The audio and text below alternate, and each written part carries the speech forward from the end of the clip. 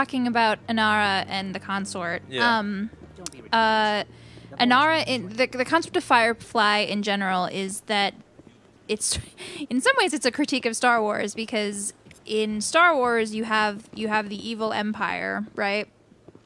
At least in the original trilogy. We're not gonna talk about those new 3 movies, and not with a whole judgment until Abrams gets a shot at his movies. Well, one of the really cool thing about the next trilogy is that at least the first one is being written by Lawrence Kasdan, who wrote Indiana Jones, among others.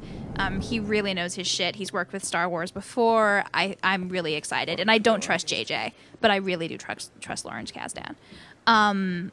So the thing about Inara is that in Firefly, the whole concept of the show is based around this crew that is exploring the final frontier, basically just to have money and get by. So But they're also doing it post a failed rebellion. Exactly. So it's Star Wars, except they lost. And our heroes are are former browncoats or present browncoats. Browncoats are revolutionaries. And so the evil empire has won, and the whole show is about watching people function within a war where the evil empire has a vice grip on most parts of the universe. Inara is basically a sex worker. And they try playing her off as this more character, which I find annoying personally, but...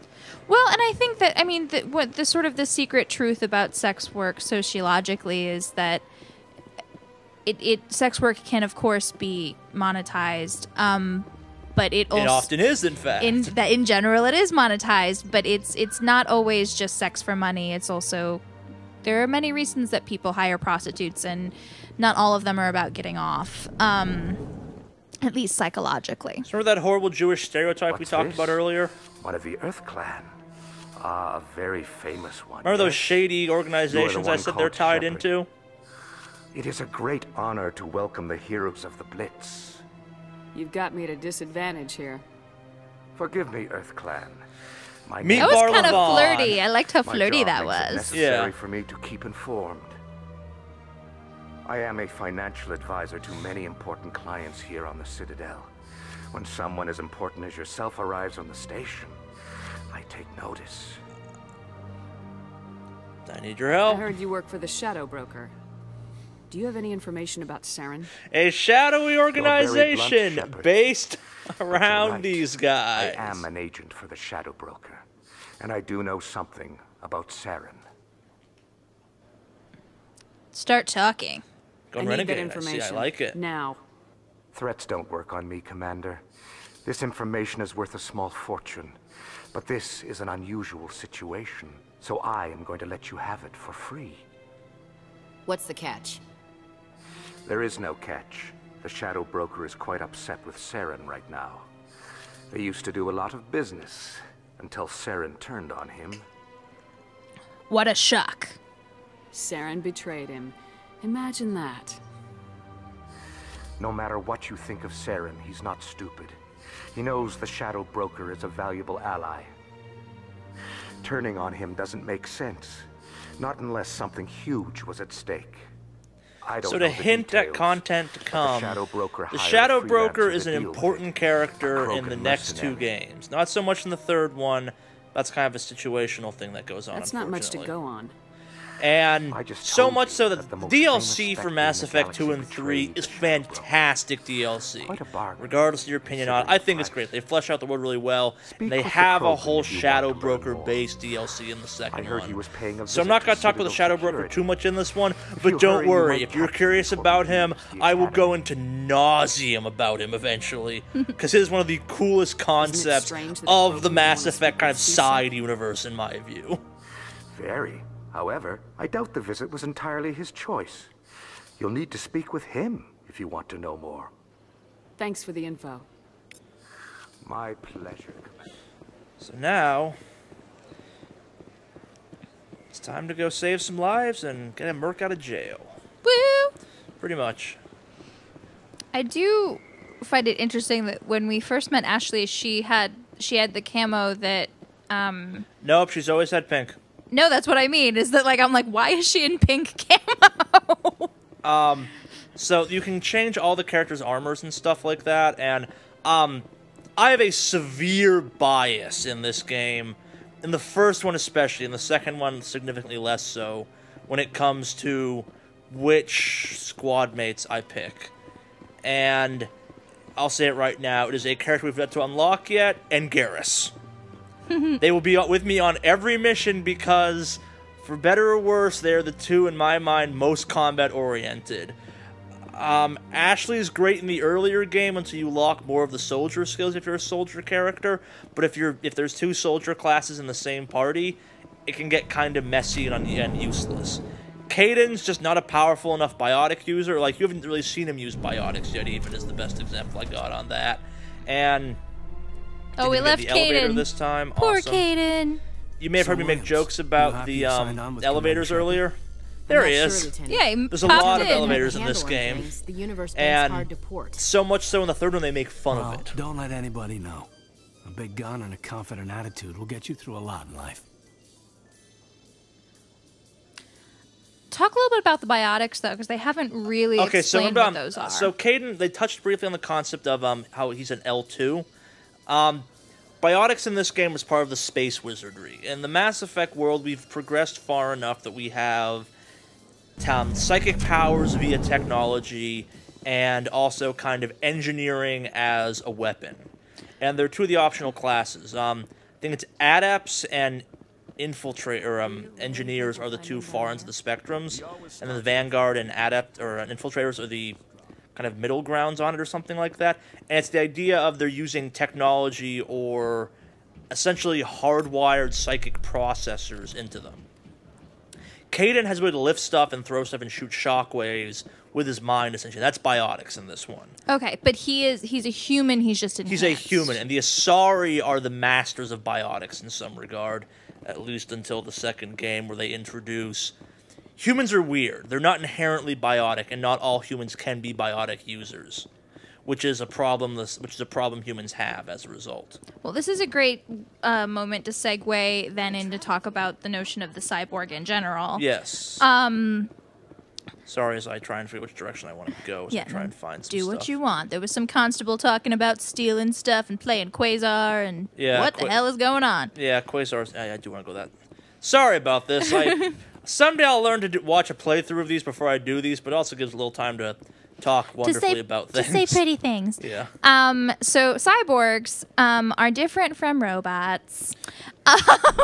Again, I'm not sure we always have to explain these things, but it I know. I was going to say the reading level of these sometimes fluctuates very strangely, and I apologize for it. Light armor, but their speed more than makes up for it. You saying you're into them? I think you're saying they're into them. I'm more inclined to stick with nice, solid armor and a big gun. She's an action girl.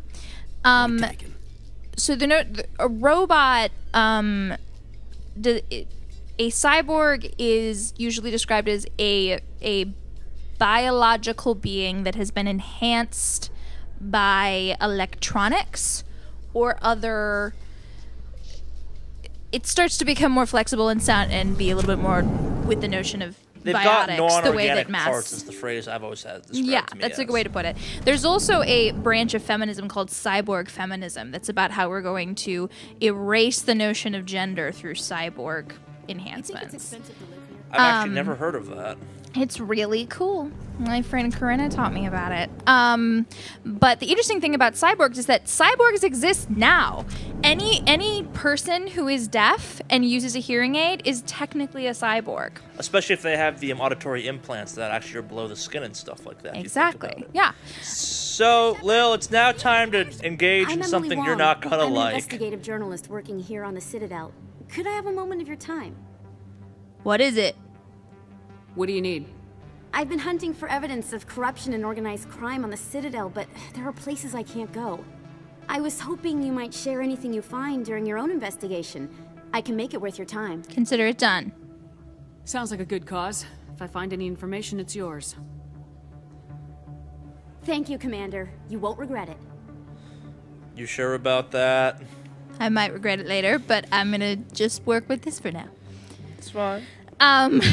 Yeah, but the interesting thing about cyborgs is that you start to see them a lot but they're a more modern science fiction idea. The idea of the robot is actually pretty old, comparatively.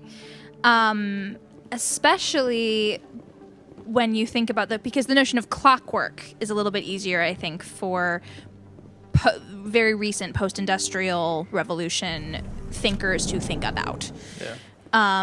So the idea of a clockwork man goes back pretty far. Essentially the origins of steampunk in most regards, before steampunk was even a thing, because it was Victorian England at the time. Exactly, yeah. Or if you're a Doctor Who fan, I always think of the Girl in the Fireplace episode with the really scary clockwork men that are just robots, basically.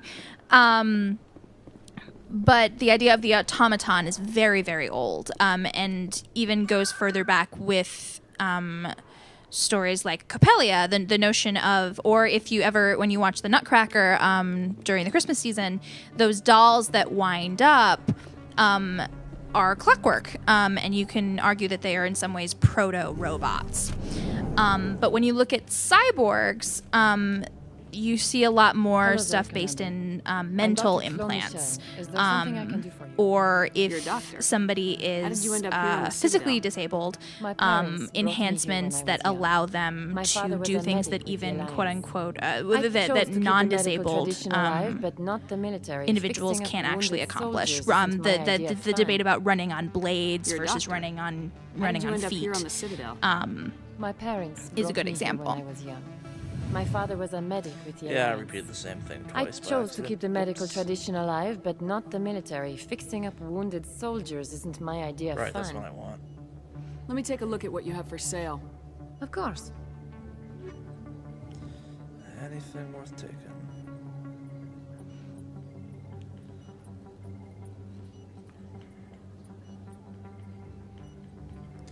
I'm actually kind of curious to try and go through as much of this game as I can without ever upgrading my character. Because interesting things happen.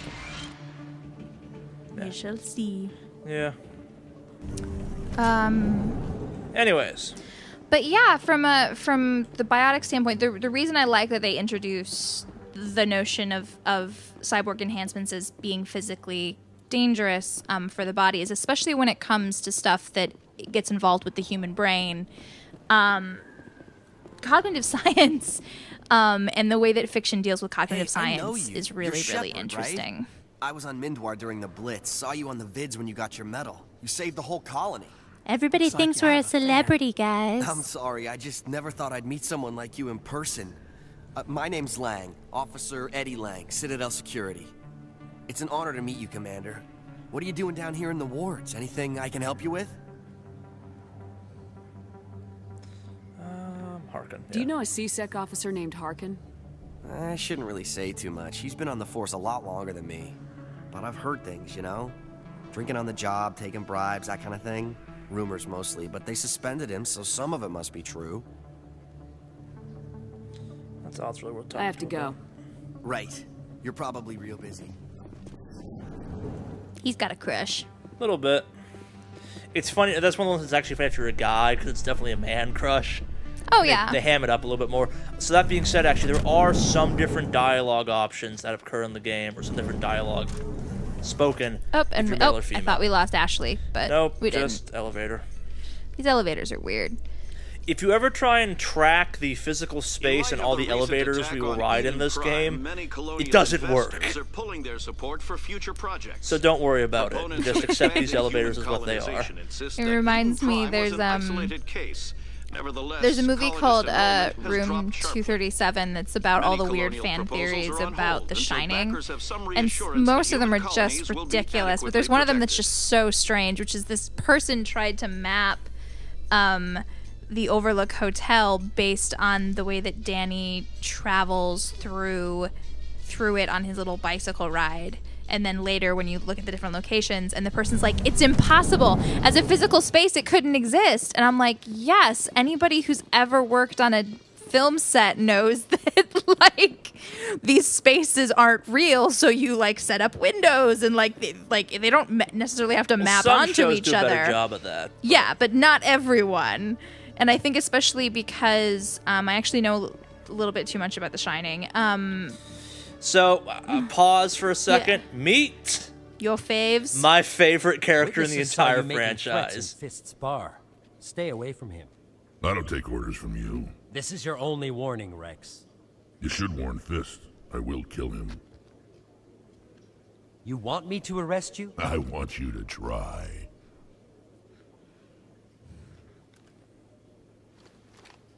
Go on. Get out of here. Yes, human. I'm trying to bring down Saren. Barla Vaughn said to talk to you. Barla Vaughn is a wise man. We may share a common goal, human. How so? Enlighten me. I've been hired to kill the owner of Cora's Den, a man named Fist. He did something very foolish. What'd he do? He betrayed the Shadow Broker. A Quarian showed up here on the Citadel. She was on the run. She wanted to trade information for a safe place to hide, so she went to Fist. He promised to arrange a meeting between her and the Shadow Broker. Instead, he contacted Saren.